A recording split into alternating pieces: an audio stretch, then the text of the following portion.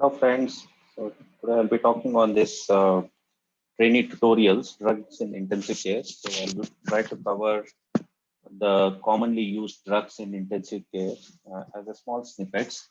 So I'll be talking on this magnesium sulfate, which is commonly used in our ICU. So it's a very brief narrative on the utility of this magnesium sulfate and how it works. And these drugs in intensive care is a common VIVA scenario or a OSCE scenario. And even in any of the intensive care exams, you would have a station where you'll be asked to pick up a drug and talk about it. So it will be useful for all the trainees to just have a bit of a clarity on these drugs. So the magnesium, basically, acts as a cofactor for sodium potassium ATPase. So it has an inherent sort of an action on this sodium potassium ATPase and the sodium potassium pumps. So it has a correlation with the whole sodium potassium movement. And magnesium acts by blocking the L calcium channels. And in cells, when there is a low magnesium in an individual, so intracellular potassium would be low. So always please remember, most of the trainees would know that when we are dealing with the hypokalemia, so we often have to correct potassium along with magnesium because magnesium acts as a cofactor and it moves with the potassium. So when the magnesium is low, the intracellular potassium would be low. And as you know, potassium and sodium tend to move in the opposite direction. So when the potassium is low, intracellular sodium is high.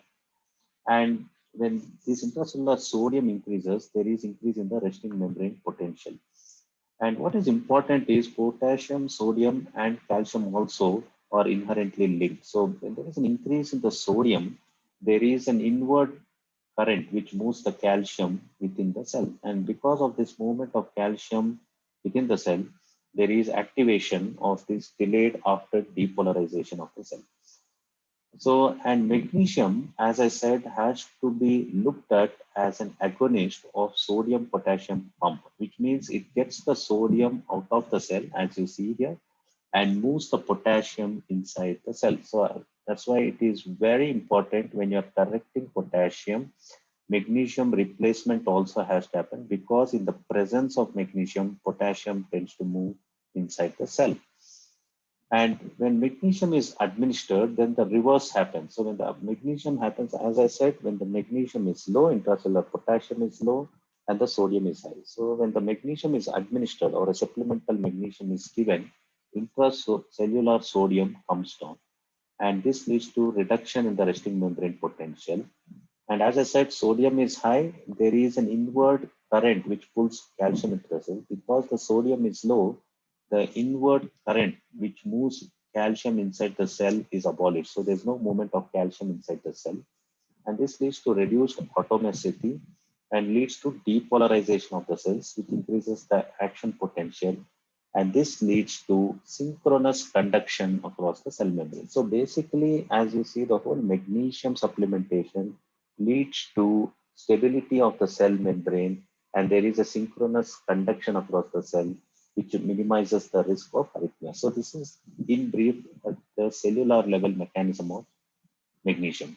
So the indications for magnesium in ICU, I would divide it into two parts. One is the cardiac and the second would be mainly the obstetric. So for the cardiac, it is mainly post-surgical, any arrhythmias, tachyarrhythmias, magnesium supplementation could be considered post-surgical supraventricular tachycardia, atrial fibrillation, multifocal atrial tachycardia, post-infarction ventricular tachycardia, torsades de pointes, and digoxin toxicity. So in any of these tachyarrhythmias, magnesium supplementation could be beneficial.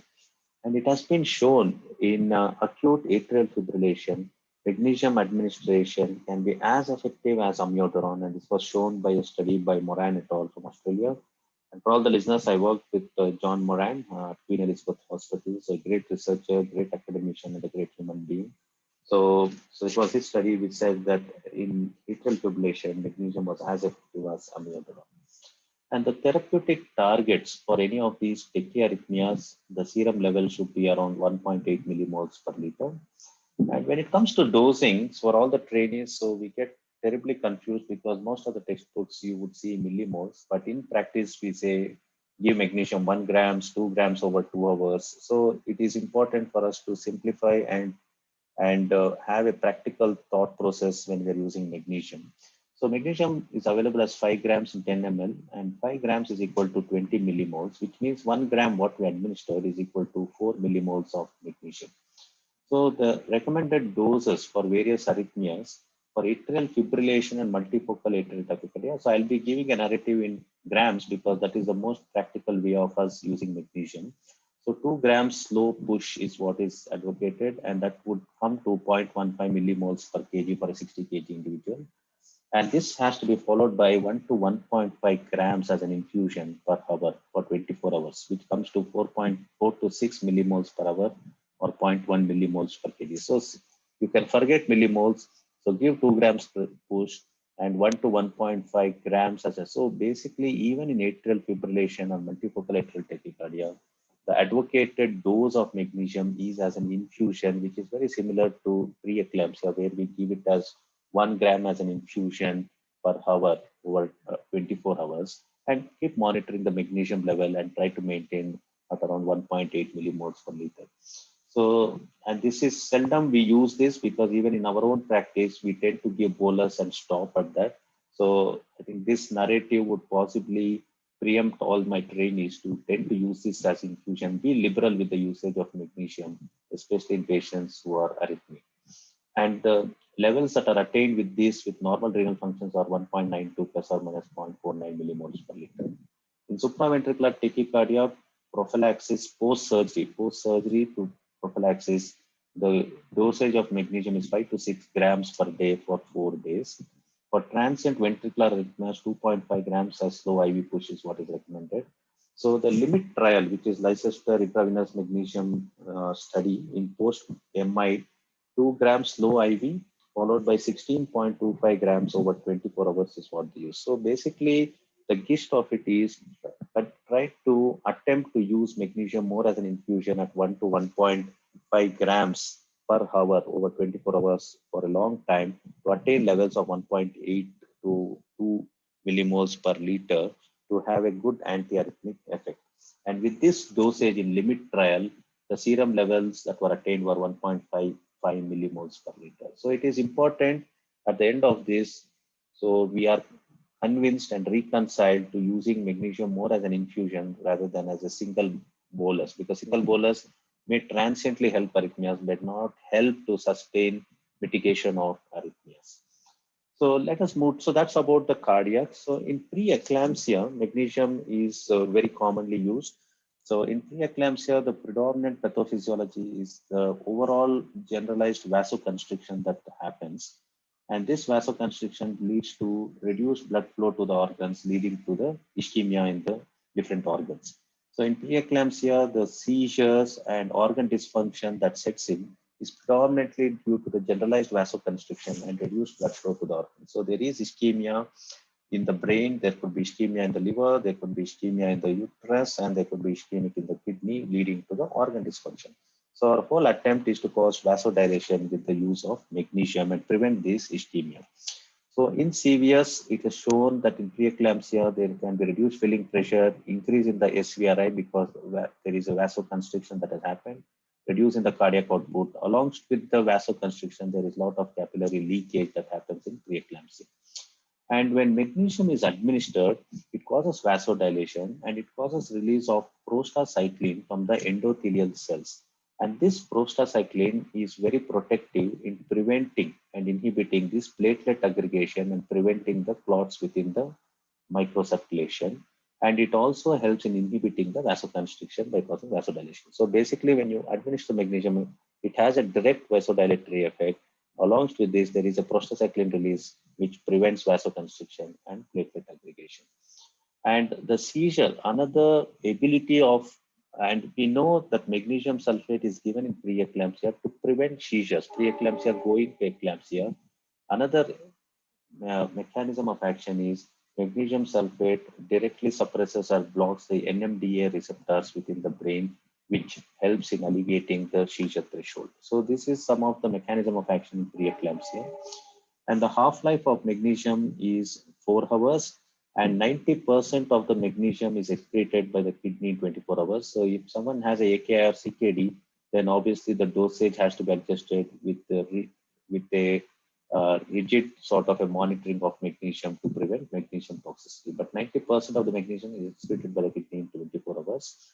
The therapeutic targets in preeclampsia is much higher than the cardiac than the targets that are expected to prevent cardiac arrhythmias, where it is 1.8 to maybe 2 millimoles per liter. So for preeclampsia, the targets is 2 to 3.5 millimoles per liter. And magnesium toxicity occurs only when the serum levels is more than 7.5 millimoles per liter. And if toxicity sets in, IV administration of calcium is useful in mitigating the magnesium toxicity. And the cardiac arrest is known to occur when the magnesium levels are more than 12.5 millimoles per liter. So, which means you have a good sort of a range in which you could use magnesium, because up to 2 to 3.5, so the levels are safe. The toxicity manifests only if it's more than 7.5, which means you have a big sort of a range in which you can administer magnesium, and it is very safe, especially when the kidney functions are normal. So other features of magnesium sulfate toxicity at if it is more than 2.5 to 3 would be some ECG changes. You can have a prolonged PR interval, you can have a prolonged QRS, and you can have a prolonged QT interval. So all these can get prolonged in magnesium toxicity, and hypotension can set in, and there can be delayed tender reflexes. You can have a little bit of sedative effect, vomiting, hypophosphatemia, and dehydration. So sedative effect and muscle weakness typically tend to occur when magnesium levels reach more than 4 to 5 millimoles per liter.